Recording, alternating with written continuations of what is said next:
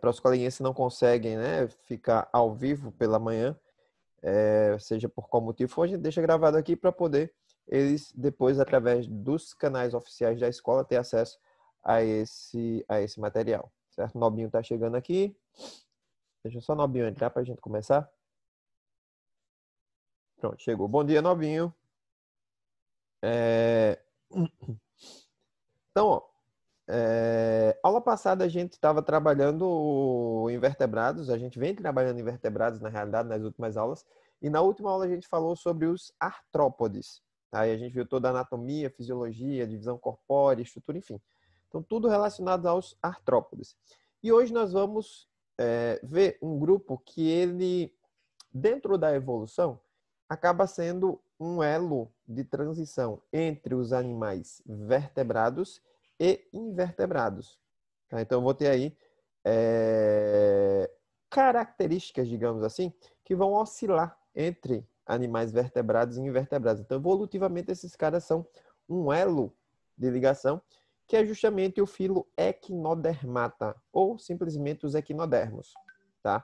Se traduzirmos a palavra ao pé da letra, como tudo na biologia é latim ou latinizado, equino quer dizer espinho, derma quer dizer pele. Então, animais com a pele recoberta por espinhos. Então, esses carinhas aí, a gente usa o termo filoequinodermata, e todo mundo fica, meu Deus, o que é isso, tá? Estrela do mar, o ouriço do mar, aquelas bolachinhas da praia, certo? Todos eles fazem parte do filo Equinodermata, certo? E aí justamente a gente vai vê-lo agora. Samiri está chegando, entrou. Bom dia, Samiri.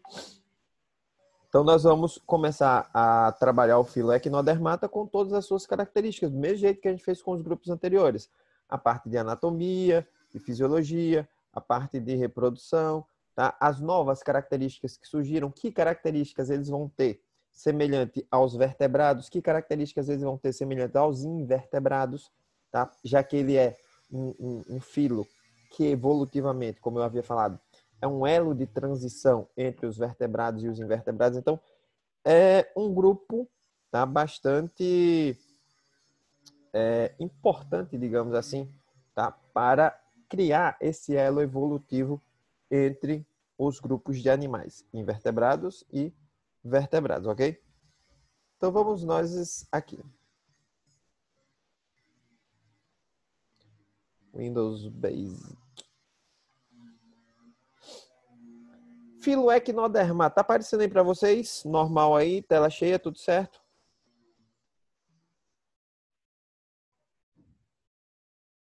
E aí, alguém poderia me informar? Sim. Beleza, obrigado, Ruth. Então, filoequinodermata, como eu disse a vocês, equino, tá? Vem de espinhos, dermata vem de pele, tá? Animais cuja pele vai ser recoberta por espinhos. Então, quem são esses caras aí, ó?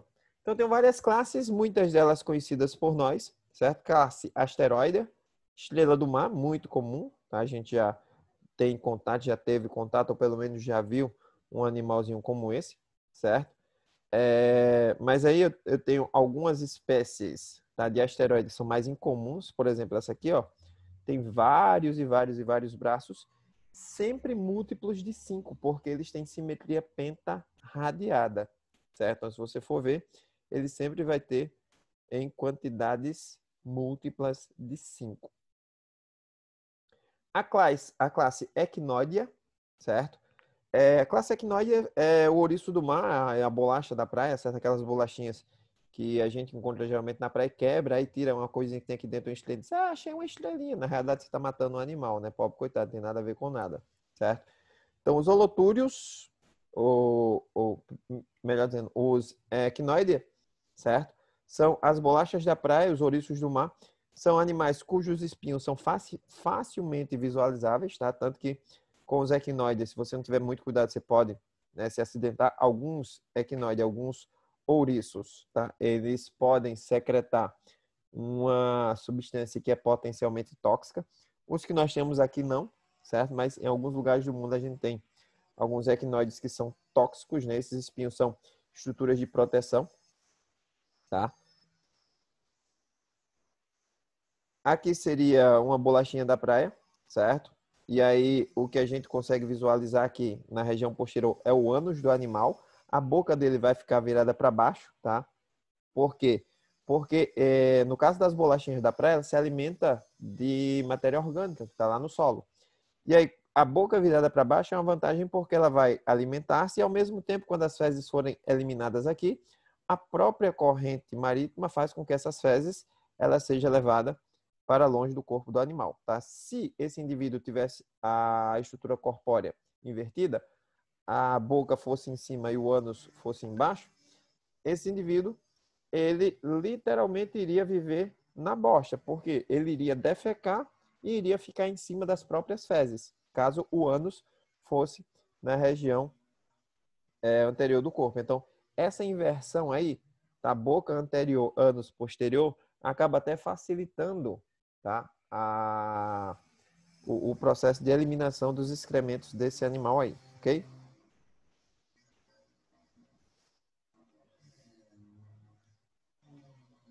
Eu acho que eu... Aí. Classe crinoidea.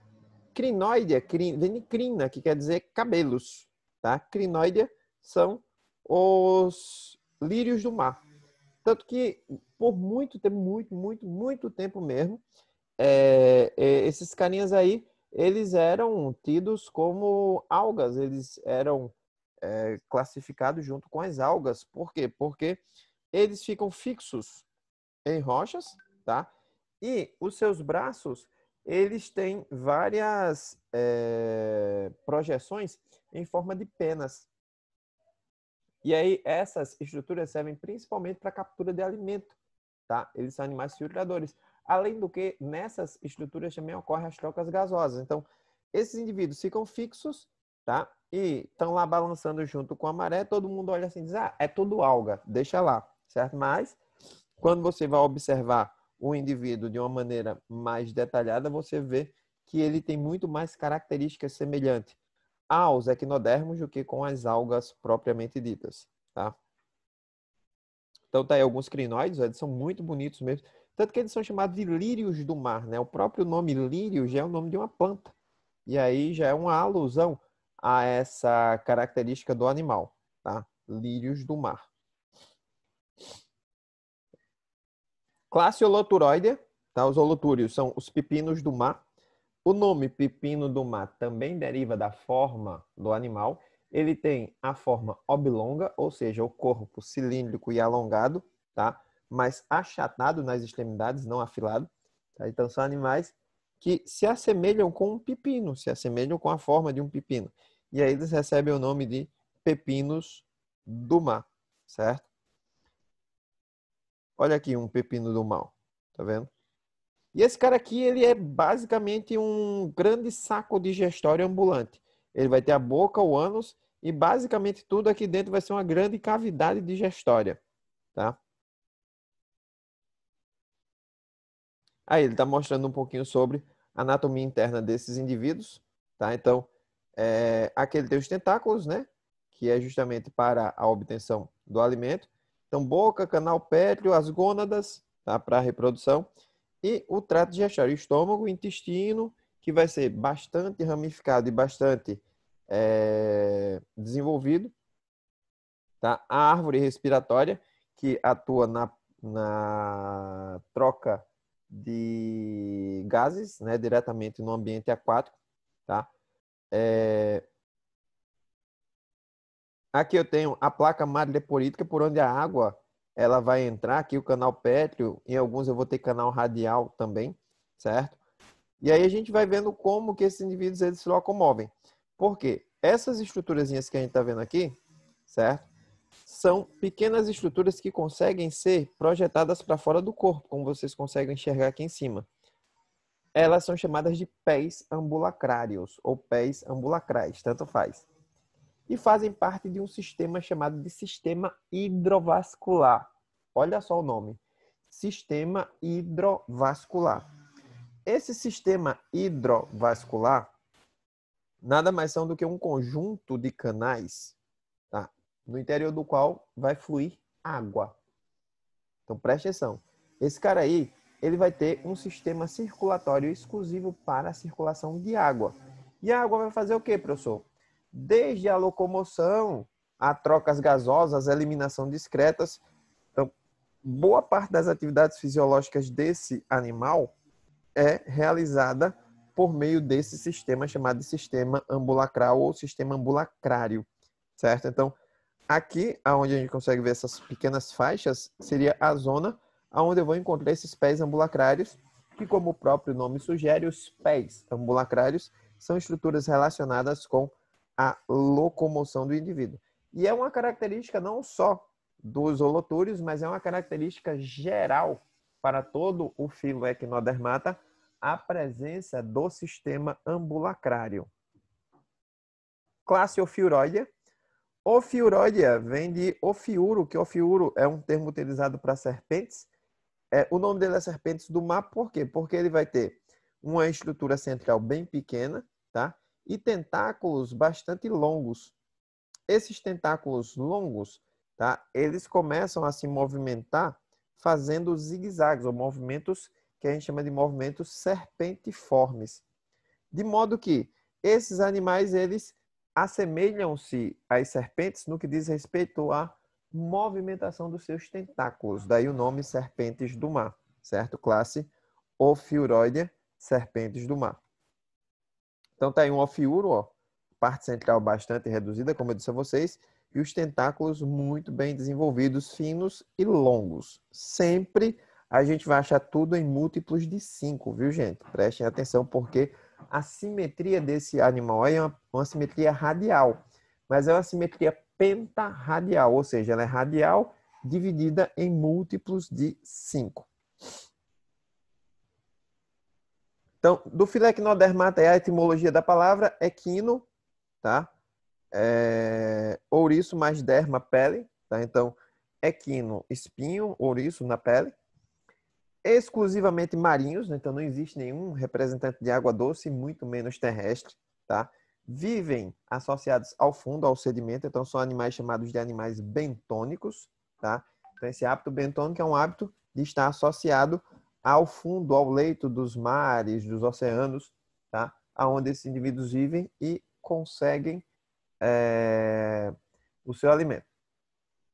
Eles podem viver presos ao fundo oceânico ou se arrastando sobre ele, tá? Você nunca vai achar uma estrela do mar nadando ou nunca vai achar uma estrela do mar, né, flutuando por aí bem de boa, não, certo? As estrelas do mar, os ouriços do mar, as serpentes do mar, os pepinos do mar, todos esses animais são bentônicos, são animais que têm um hábito mais fixo, digamos assim. Tanto que muitos deles ficam em formações rochosas que ficam expostas em marés baixas, como no caso dos ouriços. Muito comum a gente encontrar ouriço do mar.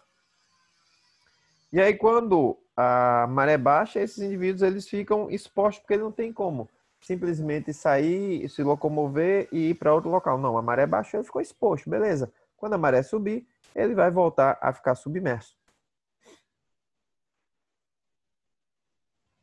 Modo de vida, são de vida livre, tá? Com exceção de algumas poucas classes de crinoidea, que são parasitas, tá?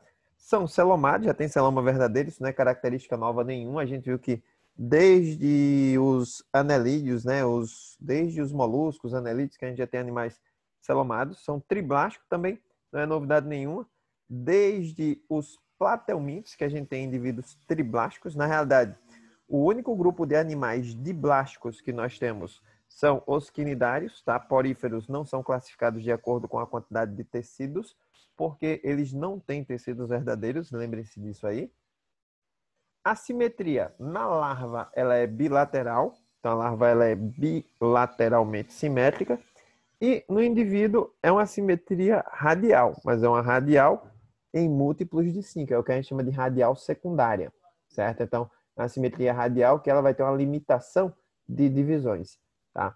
E aí, essa limitação vai ser em números de 5, tá? Por isso que ela é chamada de pentarradial.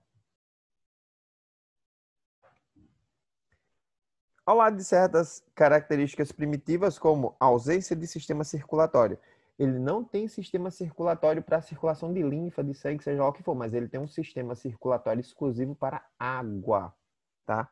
Chamado de sistema ambulacrário ou sistema hidrovascular, certo? Apresentam características típicas de cordados como eles são deuterostomiados, ou seja, são animais deuterostômios. Então, todos os anteriores, a boca, ou melhor, o blastóporo, que é a primeira cavidade que se forma durante o período embrionário, dá origem à boca. Nesses indivíduos aí, e junto com eles apenas os cordados, esse orifício vai originar primariamente o ânus. Tá? Então, blastóporo origina a boca, indivíduos protostômios. Blastóporo origina o ânus, indivíduos deuterostômio. Eu só tenho dois grupos de animais deuterostômio, tá? Os equinodermos e os cordados. Por isso que eu disse a vocês logo no início que esses caras aí, eles têm características que oscilam entre os animais invertebrados e os cordados, sendo assim um elo de transição evolutiva entre os grupos. Esqueleto interno de origem mesodérmica, apesar de ter um esqueleto interno, ele não é vertebrado, porque ele não apresenta vértebra, tampouco ele é cordado, porque não tem notocorda. O esqueleto interno também não é um esqueleto articulado, certo? Vai ser como se fosse uma imensa placa óssea, mas assim como o esqueleto dos animais vertebrados, é um esqueleto de origem mesodérmica e é interno, tá? Diferente do grupo anterior dos artrópodes, que a gente viu que é um esqueleto externo e é um esqueleto formado por quitina. No caso, esses caras aqui já têm um esqueleto mais mineralizado, mais calcificado, certo? Característica marcante que vai diagnosticar esses indivíduos, tá? Presença do sistema ambulacral ou sistema hidrovascular. Falei dele muito até agora, certo? E a gente vai ver como que ele é e como que ele funciona. Mas basicamente vai ser um sistema de canais, de bolsas, de pés, de pedicelárias que vão atuar mediante o fluxo de água, certo? E aí o fluxo de água é que vai fazer com que esse sistema ele venha a funcionar.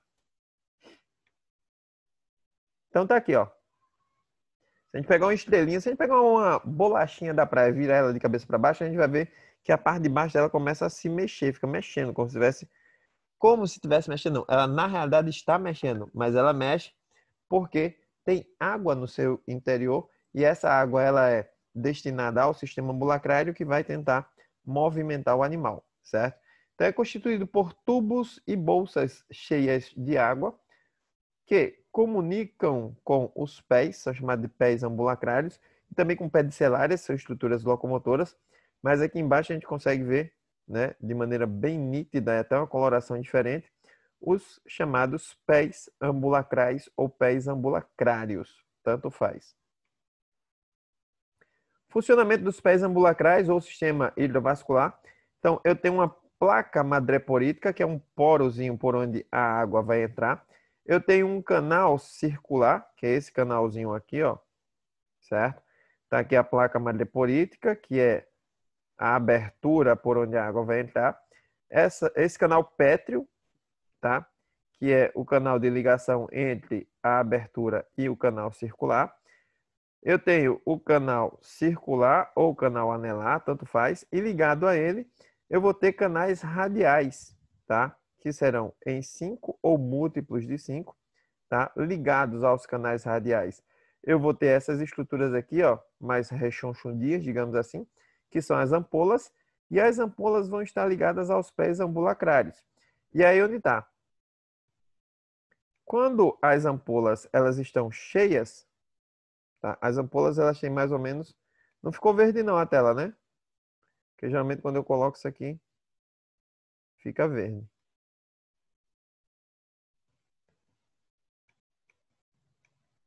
Espera, deixa eu tentar fazer melhor. Aqui vai estar o canal, que é o canal radial.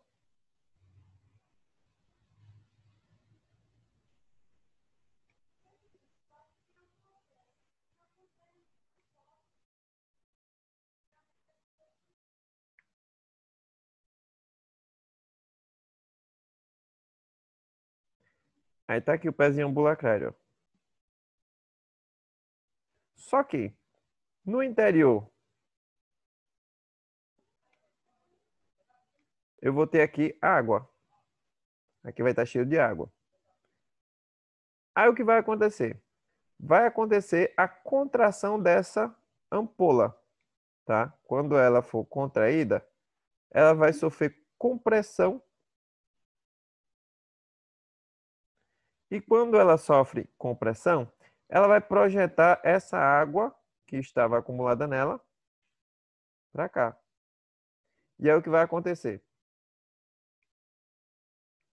Eu vou ter algo mais ou menos assim, ó.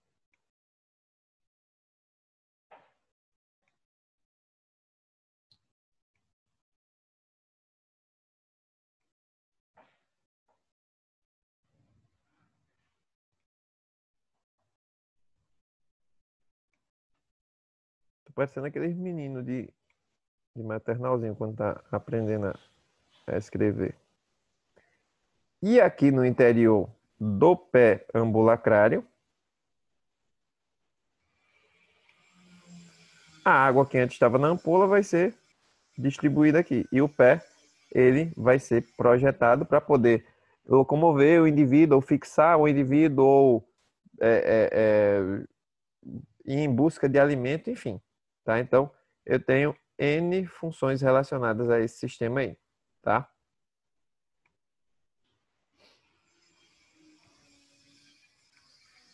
Esse mecanismo permite que os pés ambulacrais estendam-se e contraiam-se harmoniosamente, permitindo locomoção, fixação e captura de alimento. Acabei de falar isso para vocês e acabei de mostrar como que funciona.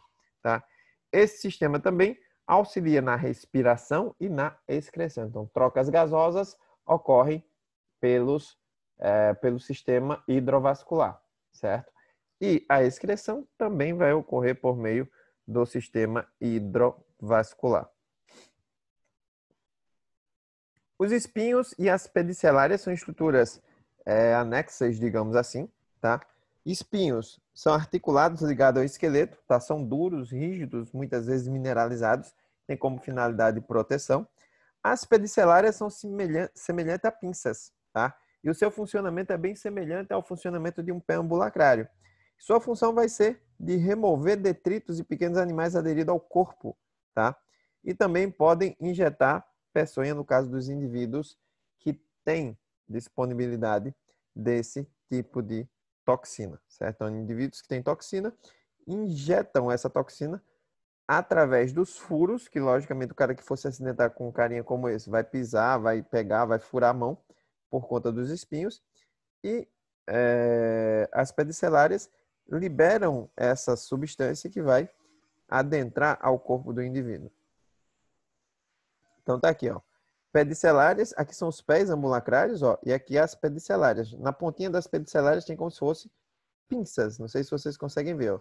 Elas podem abrir, elas podem fechar, justamente para poder realizar esse processo de remoção de detritos, de partículas que eventualmente possam estar aderidas ao corpo do animal, tá? Já tá faltando 10 minutinhos só, pelo amor de Deus, negócio para terminar ligeiro. Então aqui tá mostrando, ó, a estrutura externa do corpo do animal, certo?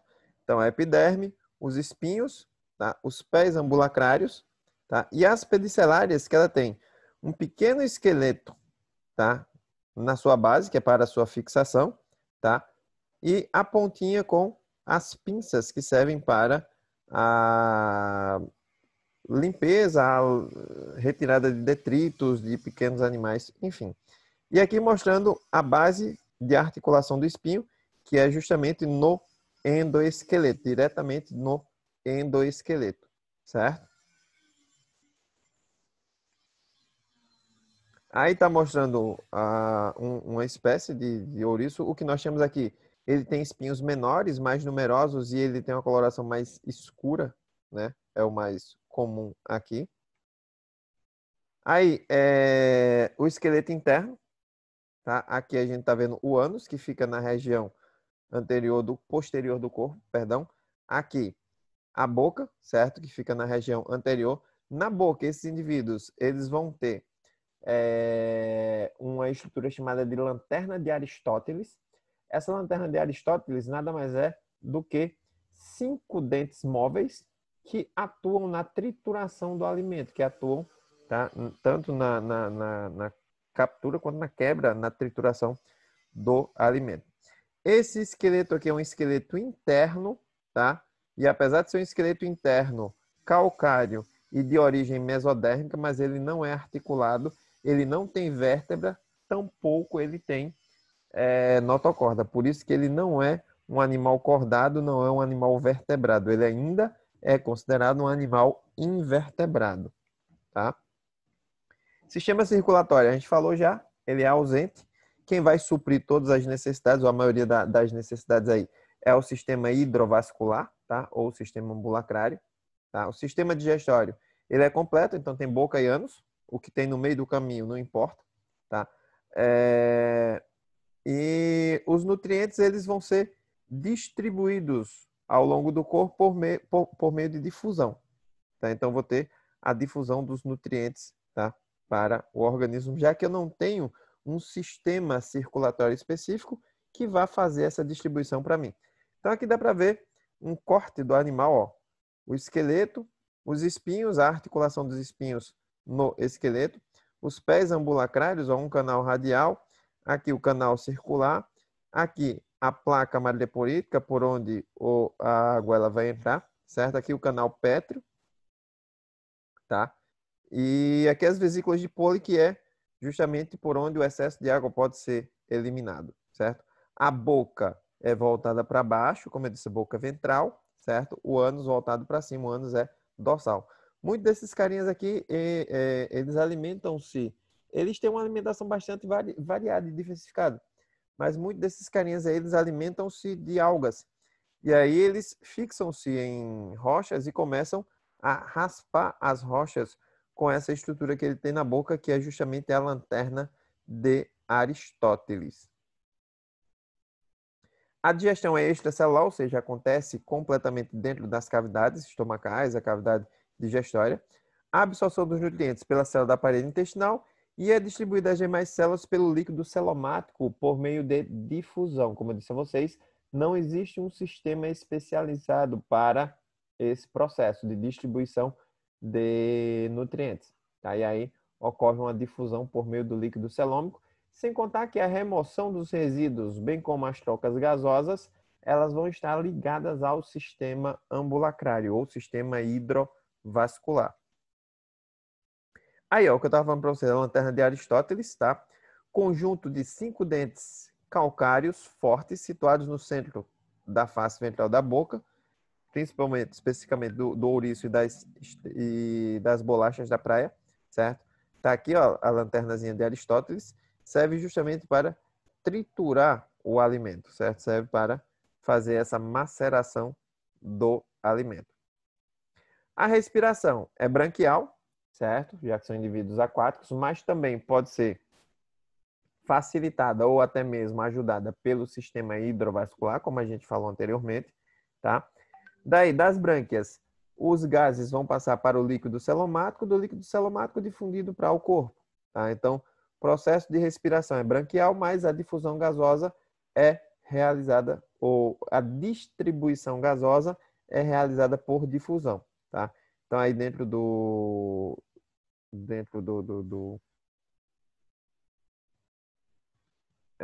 tá aí, ó, as trocas... Eita, agora embaçou a visão aqui, peraí. Trocas gasosas são facilitadas pelo sistema hidrovascular ou ambulacral, certo?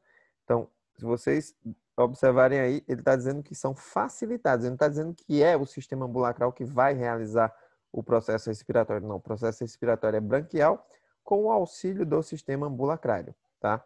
Então, o ouriço vai ter brânquias ao redor da boca, as estrelas do mar vai ter entre os espinhos, tá? E o pepino do mar vai ter a chamada árvore respiratória, que está diretamente ligada ao sistema hidrovascular também, certo? Aí a bolacha da praia mostrando, tá, a região oral, ou a vista do dorso desse animal, digamos assim, certo? Então, o orifício genital, tá? estruturas que vão estar relacionadas com os canais, né, os canais radiais, certo? Aqui eu teria o canal circular, certo? Excreção. O sistema excretor também é ausente, tá? A excreção se dá diretamente pela água que circula no sistema hidrovascular, ou seja, difusão. Então, tudo que for coletado de resíduos do organismo vai ser lançado no sistema ambulacrário e quando a água sair do sistema ambulacrário, essas excretas vão deixar o corpo do animal também. E aí as brânquias podem ter um papel auxiliar nesse processo de excreção. Sistema nervoso é presente, é formado por um anel nervoso em torno da boca, de onde partem nervos radiais. Então, até a organização do sistema nervoso é uma organização radial também, certo? Sistema reprodutor são sexuados, são dioicos, tá? A fecundação é externa, já que a maior parte dos indivíduos eles são indivíduos fixos, então liberam os gametas diretamente na água. O desenvolvimento ele é indireto, tá? Com um ou mais tipos de larvas, ou seja, ele pode passar por 2 estágios larvais antes de chegar à sua fase adulta. Aí está mostrando de novo a mesma estrutura, mostrando, né, a estrutura relacionada com a gônada, certo? Sistema reprodutor. E aí aqui eu tenho o gonóporo, que é por onde os gametas eles serão liberados diretamente na água. Então, há uma liberação simultânea. Então, como eles são dioicos, existem machos e fêmeas, e aí cada um libera um tipo de gameta na água, ocorre a fecundação, daí a formação de uma larva. Essa larva pode originar diretamente outro indivíduo, ou essa larva ela pode originar outra larva antes de chegar à fase adulta. Aí tá uma larva jovem, ó, aqui representada por A, uma larva braquiolária, tá? A metamorfose dessa braquiolária, um adulto jovem e aí uma estrelinha do mar já completamente adulta, certo? Possuem elevada capacidade de regeneração, é muito comum você ver esses animais sem algumas partes do corpo e regenerando. Estrela do mar podem regenerar um ou mais dos seus braços perdidos. Ouriços do mar podem regenerar espinhos e pedicelárias. Se você cortar um pedaço do ouriço do mar, talvez você danifique completamente o animal e ele não consiga, tá, se regenerar. Aí mostrando a estrela do mar regenerando, tá? Os espinhos do ouriço que pode voltar a ser estruturado. E aqui um outro tipo de estrelinha do mar, ok? Então, essa parte aí seria o relacionado com o esqueleto, que é um esqueleto de origem mesodérmica, como a gente já viu, temos menos de 1 minuto, certo? Então, por hoje nós vamos ficando por aqui. Próxima semana, na próxima aula, melhor dizendo, já que sexta é aula com o professor Cristóvão, a gente dá continuidade à parte zoologia, já entrando em animais vertebrados. Fiquem de olho lá na plataforma Avassai, beleza? Boa semana a todos e até a próxima aula. Valeu! Tchauzinho!